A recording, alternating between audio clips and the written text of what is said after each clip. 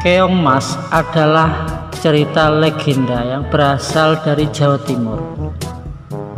Cerita ini mengisahkan tentang dua saudara perempuan yang memiliki nasib yang berbeda dan membuat salah satu di antara mereka gelap mata sehingga melakukan perbuatan yang jahat karena rasa dendam dan iri dengki. Dikisahkan pada zaman dahulu hiduplah seorang raja yang bernama Kartamarta.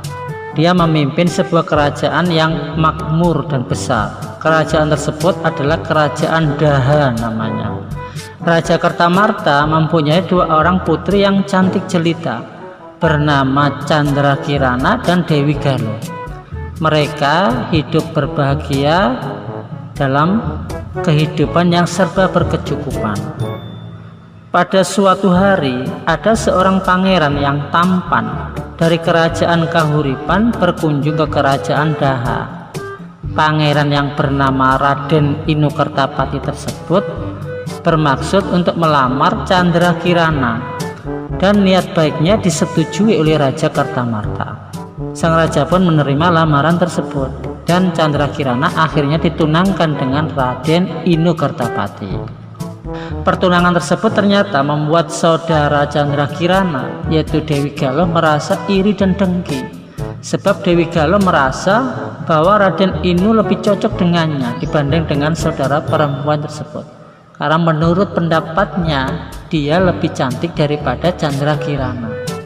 Padahal sebenarnya kedua-dua wanita tersebut adalah sama cantik rupawan, tapi karena perasaan iri dengki dari Dewi Galuh lah sehingga akhirnya dia pergi ke kediaman nenek sihir. Dia minta bantuan nenek sihir untuk membuat Candrakirana menjadi sesuatu yang menjijikkan dan mengerikan sehingga bisa dijauhi oleh yaitu Raden Inokertapati. Singkat cerita, nenek sihir pun menuruti permintaan dari Dewi Galuh ini. Kemudian dengan sihirnya nenek sihir itu, Candrakirana berubah menjadi keong mas lalu dibuang ke dalam sungai. Di lain hari ada seorang nenek yang baik hati mencari ikan dengan jala di sungai.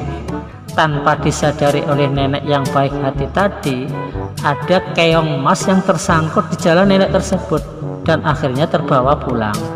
Keesokan harinya sang nenek kembali ke sungai, tapi malang nasibnya karena tidak ada satupun ikan yang tertangkap di jalannya. Sang nenek pun lalu pulang dengan perasaan sedih dan hampa. Namun betapa kagetnya dia ketika masuk ke dalam rumah, banyak makanan yang siap tersedia di meja makannya.